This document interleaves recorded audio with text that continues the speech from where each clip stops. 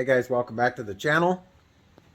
Boy, what a difference a day makes.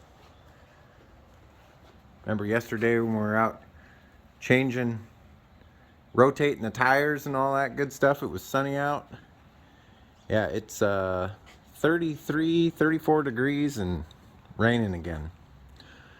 All right, what do we got in store today? Well, our awesome little deck over utility trailer that we use to go on our longer expedition trips is going to be getting some more storage today. So, as some of you that are subscribed to the channel know, I love buyer's boxes. They're very versatile.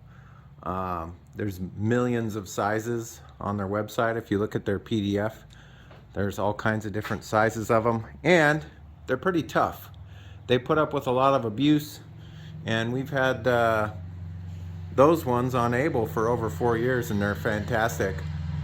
So I snagged a couple more of them. I took a couple quick measurements on here and kind of gave myself an idea. And if you look at the design that we built here, there might be some empty space like right there on each side. And so what I'm hoping is that those boxes, fingers crossed, are going to fit in that area, and the back of them will kind of sit on the axle, and then I'll have to weld some hangers on the front portion of it, but it should work fine. We're going to store just whatever extra stuff we need to in those. Maybe carry extra food or beverages or motorcycle gear or whatever the case may be. It's just good to have a little bit of extra storage. And like I said, when we built this trailer, we left that space open not only to create a little bit more ground clearance, but to in the future add a little bit more storage. And I never knew what I was going to do with that area until now. So that's kind of where we're at. Let's get these opened up, take a few measurements, and we'll roll the time lapse and we'll start getting those mounted.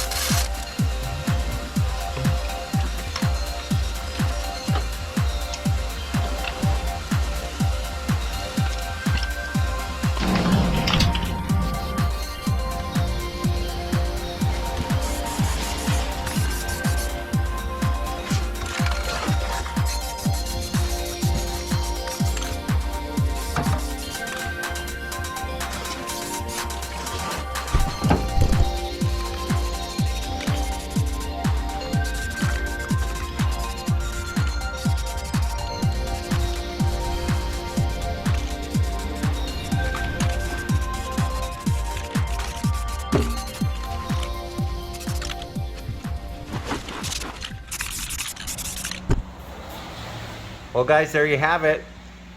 Those two little boxes fit inside that space perfectly. And we didn't lose any departure angle or space because we just utilized the space that was underneath there. Yeah, I just did a couple of stitch welds around it. It's not going to take much. It's kind of resting on the... This is a torsion axle, by the way. I know the comment section's going to fill up with, why did you use a solid axle on there? Well, it's not a solid axle. It's a torsion axle. Just like on the other trailer that's out there, the triple axle. It's a torsion axle, 5,200 pound torsion axle. Look it up on Google. It'll help you understand how these things work. They're fantastic. Anyhow, yeah, added a couple of storage boxes on there. Those are going to come in real handy on our upcoming trip. I don't know what we're going to put in there, but we definitely have some more storage space on the trailer now. Additionally, it added a little bit of support for the deck. Not that it needed any, but it's just an additional tie-in point now. But yeah, worked out perfect. Measurements were perfect. And I went through with the spray paint. You might have saw at the end there, and just did some touch-ups on some of the spots that needed some touching up. I think that's going to work out fantastic. Yeah, other than that, I think that's probably going to be it for this episode, guys. If you guys like this episode, give me a thumbs up. If you're not subscribed yet, I'd love to have you as a subscriber. As always, you're going to want to stay tuned.